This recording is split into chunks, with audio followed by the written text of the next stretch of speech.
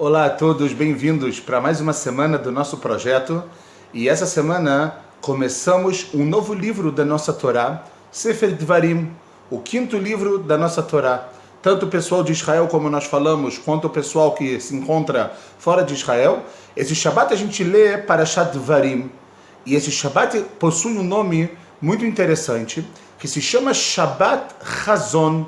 Shabbat Chazon, a tradução é o Shabbat da visão. Por quê? Ele ganha esse nome pela Haftarah que é lida nesse Shabbat. Parashat Dvarim, ela sempre cai no Shabbat anterior ao jejum e à lembrança de Tisha B'Av.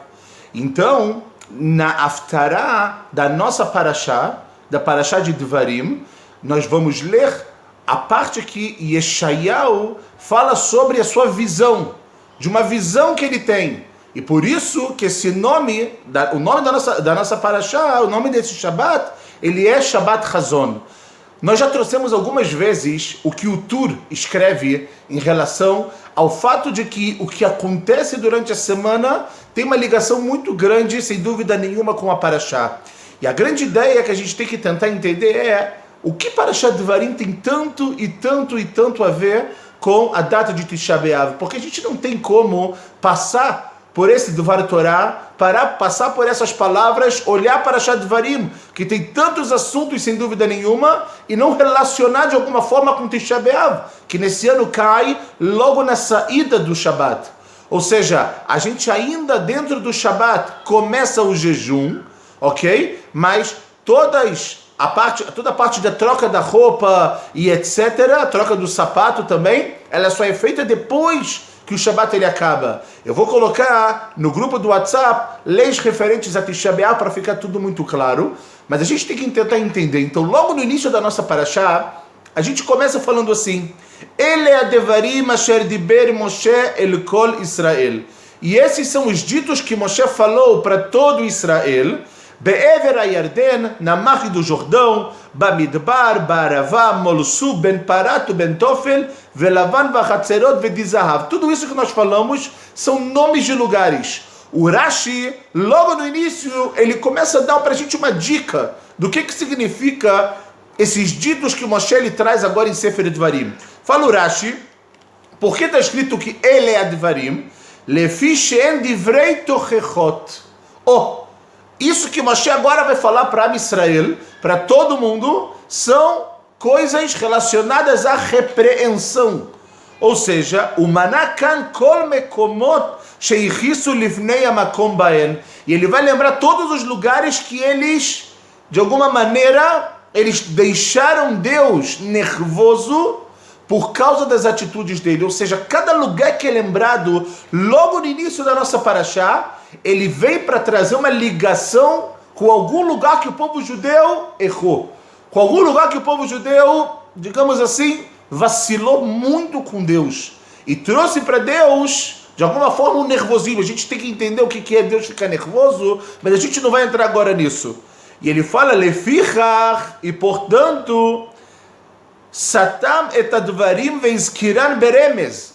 Para não trazer, olha que coisa linda que ele fala.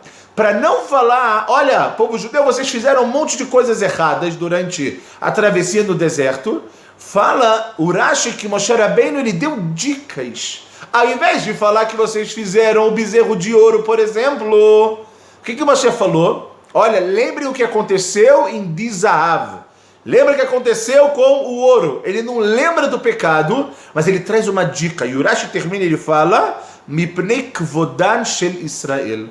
Por causa da honra de Am Israel. Ou seja, a gente aqui já começa a aprender algo muito interessante. Moshe Rabbeinu, a verdade é que em Sefer Dvarim, ele vai trazer muitas e muitas repreensões. Ele vai, como nós falamos, é o último mês, todo Sefer Dvarim, ele é o último mês da vida de Moshe, mas além disso, Moshe vai repreender o povo, e vai falar muita coisa que eles fizeram errado, sem dúvida nenhuma. Só que a gente tem que entender, pessoal, que Moshe Rabbeinu não fala isso de uma forma gluyá. Ele não fala isso de uma forma revelada, e sim de uma forma com remazim, com dicas. Ele dá o nome do lugar para que o povo judeu automaticamente se recordasse e soubesse quanto que eles vacilaram no lugar que eles estavam, o quanto que eles fizeram de errado. Por quê? Porque Moshe Rabbeinu, nesse último mês, apesar de que ele estava repreendendo eles pelo que eles fizeram, ele nunca deixou de lado o kavod de Am Israel, a honra de Am Israel. E quando eu falo honra, é óbvio que aqui não tem a ver com a honra no sentido de orgulho, que uma pessoa ela tem honra de si mesmo ou alguma coisa assim. Não. Porque Moshe Rabbeinu sabia que Am Israel era kadosh. Então agora que ele vai repreender nesse último mês da vida dele, eu tenho que tomar cuidado para não pisar na bola. Eu tenho que tomar cuidado para lembrar eles o quanto que eles são importantes para o mundo. O quanto que eles são importantes para Kadosh Baruch Hu. Então para lembrar isso para eles, então eu vou apenas dar dicas. E sem dúvida nenhuma, dentro dessa nossa parashá, nós temos uma pequena lembrança do que vai acontecer em relação a Tisha B'Av. Porque dentro da nossa parashá também, Moshe Rabbeinu ele vira para Deus e ele fala um passuco muito interessante que os Ashkenazim leem esse passuco na melodia de Megilat Eicha. Megilat Eicha ela é o que a gente lê em Tisha B'Av à noite. Ela foi escrita pelo profeta Irmial, pelo profeta Jeremias. E além disso, nós temos que entender que Megilat Eicha, se a gente for pegar as explicações e a tradução, só ler a tradução, sem nem olhar a explicação, já faz a gente chorar. E aqui tem uma dica. Moshe ele faz uma pergunta, ele fala para Hashem, Eicha essa levadi tarchechem umasechem verivchem. Deus, como que eu posso suportar tudo isso sozinho? Como que eu posso carregar literalmente esse povo dentro da minha vida? Ou seja, Moshe Rabbeinu ele sabia que ele precisava dar uma continuidade, mas ele usa aqui o que a gente chama da palavra Eicha. Ou seja, Deus, como? E a gente tem que entender uma coisa muito interessante, pessoal. Dentro da nossa história, houveram 3 pessoas que falaram a palavra Eicha. A primeira delas é Moshe. A segunda delas vai aparecer na nossa Haftará, como nós falamos, que começa com a visão de Yeshayahu, mas Yeshayahu, o profeta Isaías, também vai usar a palavra Eicha, ou seja, para falar de uma forma negativa, e o profeta Irmiyahu começa a Megilat Eicha com a palavra Eicha. Ou seja, a gente vê então que essa palavra Eicha, ela tem uma denotação que nos traz uma ligação da nossa parashá, sem dúvida nenhuma, com o acontecimento em Tisha B'Av. Então eu quero trazer para vocês uma explicação interessante, que a palavra Eicha, de acordo com alguns comentaristas, dentro da palavra Eicha, vem o motivo das nossas destruições. Nós sabemos que a Mishnah, ela conta o que aconteceu em Tisha B'Av.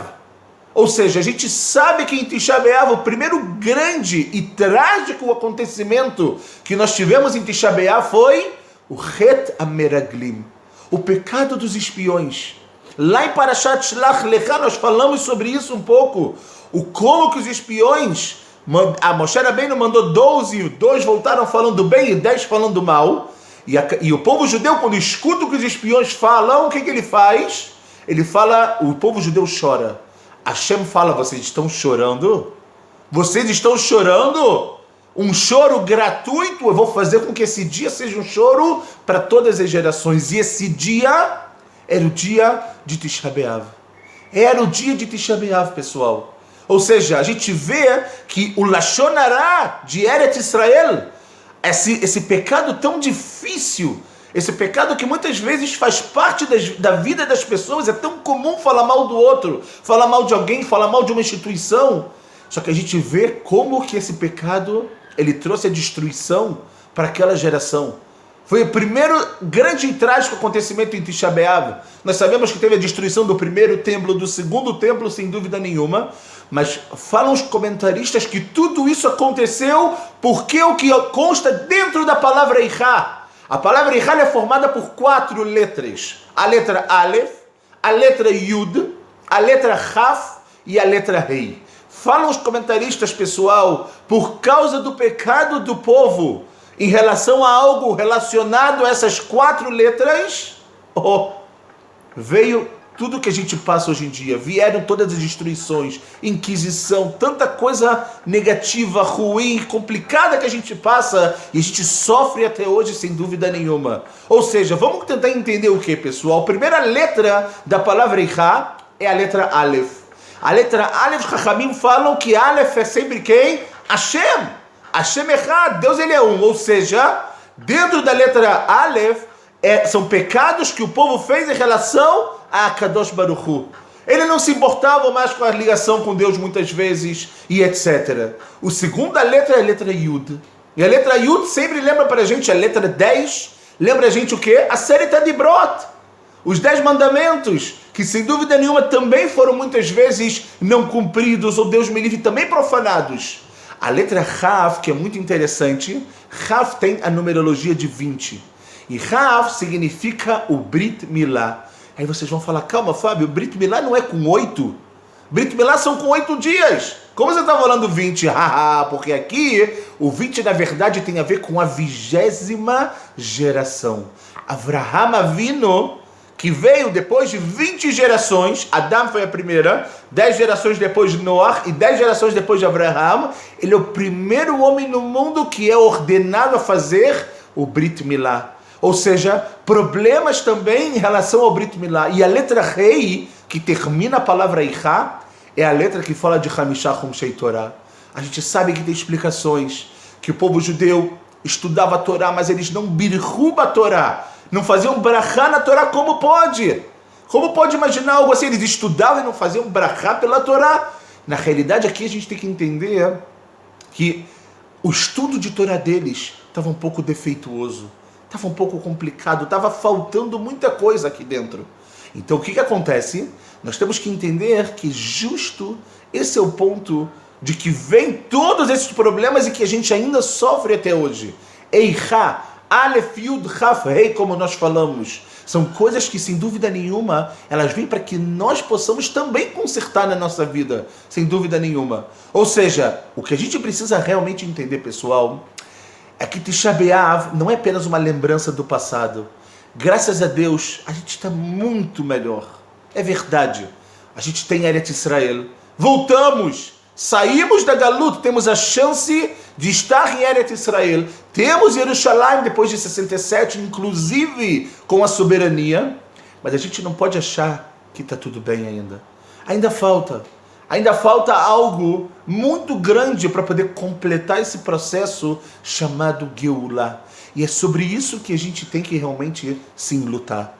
É sobre isso que a gente tem que jejuar. Pessoal, não esqueçam, o jejum ele é um meio para que a gente possa refletir. Mas o que eu faço em Tisha B'Av?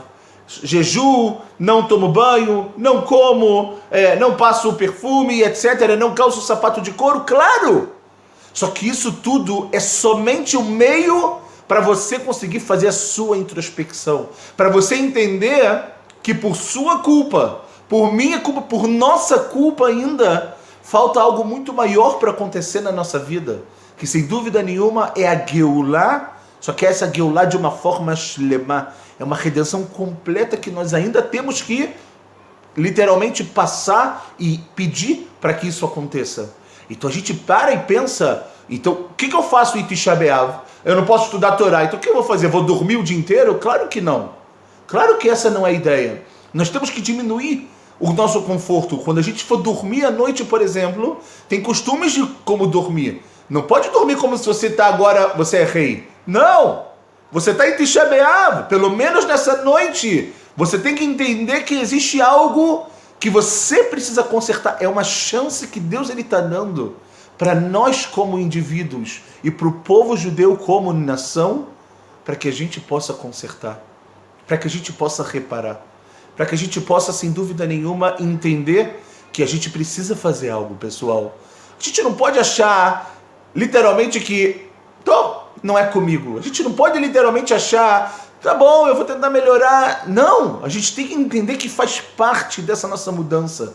A gente tem que entender que isso literalmente vai acontecer e é muito importante a gente não somente pensar na parte técnica e ficar olhando o nosso relógio, que horas vai acabar o jejum. Mas qual hora? Não. Aproveita esse dia. Aproveita esse dia, porque esse dia a gente sabe que ele vai ser transformado, Bezrat Hashem, numa festa. Ele vai ser chamado de Moed. Ele vai ser uma festa. Inclusive nós não fazemos nesse dia Tachanun, as súplicas que nós fazemos normalmente de manhã e à tarde em Shacharit e Mincha. Tisha B'Av a gente não faz, porque Hashem vai transformar isso tudo em alegria. Mas enquanto isso, o que você está fazendo para que isso aconteça? Qual é o seu objetivo? Qual é a sua meta para que o Beit HaMikdash e para essa Geulah Shlemah ela possa vir para a nossa vida? Qual é a sua meta? O que você quer? Então você tem que pensar, você tem que olhar, você tem que ver tanta coisa que a gente tem para consertar, pessoal. Tanta coisa que a gente tem que mudar no relacionamento com o próximo, no relacionamento, sem dúvida nenhuma, com Deus, no relacionamento com a terra de Israel, sem dúvida nenhuma. E se a gente acha que está tudo bem, a gente precisa olhar um pouco mais para fora. Olhar para nós mesmos, sem dúvida nenhuma, mas olhar um pouco mais para fora. Hoje de manhã, por exemplo, quinta-feira de manhã, nós acordamos com mais um atentado, mais uma triste notícia que chegou até nós, um estudante de 19 anos de uma yeshiva em Mahanaim, que foi para Jerusalém comprar material, foi para Jerusalém comprar livros de estudo, ele volta e ele não consegue voltar. Você olha isso e você fala, que é isso? É verdade que está tudo melhor, é verdade que a gente tem a soberania, mas olha o que a gente ainda precisa passar em Eretz Israel. Olha quanto antissemitismo a gente vê pelo mundo, olha quanto ódio para a nossa terra. Então fala com Hashem, pede para ele para que isso acabe, para que Am Israel possa ser a verdadeira Or LaGoim, a verdadeira luz para todos os povos, e que a gente não passe o que a gente tem passado atualmente. Tantas discussões, tantas brigas, seja pela política, seja por qual partido você é, por qual linha você segue. Pessoal, nós precisamos de união. Nós precisamos de união. Somos diferentes. E Baruch Hashem que somos diferentes. Mas nós precisamos ter união. Enquanto a gente não entender isso, enquanto a gente continuar a história de Kamtza, a história de Bar Kamtza na nossa vida, porque a gente lê o que está escrito na Gemara, no Talmud, a gente vê o que aconteceu na história, a gente fala, uau, que absurdo, a pessoa expulsa outra da festa e os sábios não fazem nada. Calma. Não é a história do passado, é a sua história também. Nós temos o nosso Kamtza na nossa vida, nós temos o nosso Bar Kamtza na nossa vida. Então você tem que saber como você vai mudar, como você vai trocar tudo isso. Eu quero só terminar com uma pequena ideia muito interessante. Nós sabemos que quando a gente lembra de Yaakov a gente sabe que ele instituiu o Tfilat Arvit, a reza da noite. Nós sabemos que a noite tem todo o lado da escuridão, da galuto, da diáspora, quando o povo judeu está longe e não tem a chance de voltar para a sua terra. Yaakov Avinu, nós sabemos que literalmente ele passa por um lugar quando ele está saindo da casa dos seus pais e indo para a casa de Lavan, e a gente sabe que Yaakov Avinu ele dorme. E a gente vê que quando Yaakov Avinu ele dorme, ele pega um monte de pedras, e essas pedras elas se juntam no milagre, e ele coloca Vayasemer Ashotav, ele coloca embaixo da sua cabeça, e ele tem um sonho. E ele sonha que tem anjos subindo e descendo, tem muitas explicações para isso. Mas tem um Midrash que fala que Yaakov Avinu olhou todas as galuyot que o povo judeu ia passar, todas as diásporas, e ele via que muitas vezes existia um povo que ele subia, ou seja, que vinha galut, mas ela terminava. Vinha o segundo galut e ela terminava. Só que ele viu que tinha o povo de Edom, que ele subia, ele vinha, galut ela vinha, e o que acontecia? Está escrito no Midrash que essa galuta ela permanecia por muito tempo. Eu não preciso falar para vocês que a galuta que a gente está agora é a galuta de Edom. É a chamada galuta de Edom. Então veio Yaakov para Kadosh Baruch Hu e falou, Hashem, cadê essa galuta que não acaba? Hashem falou para ele, Yaakov, calma. Saiba o quê? Que essa galuta quem vai descer sou eu. Quem vai fazer com que ela caia, quem vai fazer com que ela vá embora, sou eu. Ou seja, na própria honra de Hashem, ele mesmo vai derrubar essa galuta. E é isso que a gente tem que entender que precisa acontecer, pessoal. A galuta de Edom, ela está ligada com a fala. A gente não tem muito tempo de explicar, mas ela está ligada com a fala, ela está ligada com o Lashon Hara. E exatamente esse lashon hará que traz para o mundo o ódio gratuito que nós precisamos tanto consertar. Parar de olhar as pessoas pelo lado de fora. Eu sei que às vezes a gente fala muito sobre isso, mas é a verdade. É o que a gente precisa realmente mudar. É o que a gente precisa realmente olhar de uma forma um pouco mais diferente. Ou seja, eu fico imaginando, eu já conversei com várias pessoas sobre isso. A gente muitas vezes pede e fala, Mashiach, vem Mashiach. E eu fiquei perguntando para algumas pessoas, eu falei, como você acha que Mashiach vai vir? Como você acha que ele vai vir? Ele vai vir com uma kippá de veludo, ele vai vir de chapéu e capota, ele vai vir de kippá surugá colorida, kippá surugá preta, ele vai vir sem kippá. Como você acha que Mashiach vai vir? E é interessante que cada pessoa ela responde de acordo com o quê? Normalmente a gente responde de acordo com o que nós somos, na linha que nós levamos. Ou seja, se uma pessoa ela tem uma determinada linha e Mashiach vai chegar e vai trazer a redenção, só que ele pertence a alguma outra linha, a pessoa fala, calma, mas quem disse que você é o Mashiach? Nessa hora a gente olha e fala, talvez seja por isso que Hashem não manda. Porque enquanto a gente olhar para o que a pessoa é, para que kippá que ele usa, ou para a roupa que ele usa, ou para a roupa que ele não... Enquanto a gente continuar olhando para isso, a gente tem que saber que é por isso que a gente não tem o mérito de ver o Mashiach. E é por isso que a nossa geração, enquanto nós não olhamos o Beit HaMikdash, é como se a gente tivesse destruído ele. Porque se a gente não tem a chance de construir ele, se a gente não tem o mérito de construir ele, se ele tivesse de pé, ele estaria sendo destruído agora. E a pergunta que nós temos que nos fazer, pessoal, é: qual é o nosso trabalho? O que nós estamos dispostos a fazer? Quanto que a gente vai realmente pensar que horas vai acabar o jejum? Ou quanto que eu vou entender? Vou olhar um pouco para fora, vou olhar e vou falar o que eu preciso fazer. O que eu, pessoalmente, posso fazer para melhorar um pouco mais, para melhorar o conceito de Am Israel, para melhorar, para elevar, literalmente, esse povo. Tudo isso depende da gente, pessoal. Tudo isso depende muito, mas muito da gente. Se a gente for lembrar, olhar aonde quiseram colocar o nosso povo, como quiseram colocar o nosso povo lá embaixo, como animais. Ou seja, a gente pode falar em toda a história. A gente pode falar da escravidão do Egito, a gente pode falar do Holocausto, da Inquisição. A gente tem, infelizmente, muitas e muitas histórias na nossa vida. Só que o nosso povo está se elevando. Não está ainda completo. E é essa parte que ainda falta, é o que a gente realmente tem que refletir, imaginar e literalmente mudar na nossa vida para que a gente possa crescer mais e mais. Vamos pegar a palavra Eichá, como nós falamos, e tentar consertar cada letra dela. A letra Aleph, a letra Yud, a letra Chaf e a letra Rei. E sem dúvida nenhuma com isso, nós estaremos entendendo o trabalho que a Kadosh Baruch Hu quer de cada um de nós em Tisha B'Av. Cada um de nós precisa saber que depende única e exclusivamente de você. Porque se todos nós pensarmos assim, como o mundo vai ser melhor? Como o mundo vai ser outro? Se eu abrir o olho um pouco mais para o próximo, se eu abrir um olho um pouco mais para o que eu preciso fazer na minha vida, como as coisas sem dúvida nenhuma vão ser melhores. Que nós possamos ter um Shabbat Shalom e que literalmente a Kadosh Baruch Hu possa, pelos nossos méritos e pela nossa mudança, transformar esse dia de Tisha B'Av, que a gente chora, lembra do passado, mas que a gente tem que entender que no futuro esse dia vai ser transformado em alegria, em festa, e que seja em breve em nossos dias. Amém. Shabbat Shalom, Tzom Kal Umoil a todos.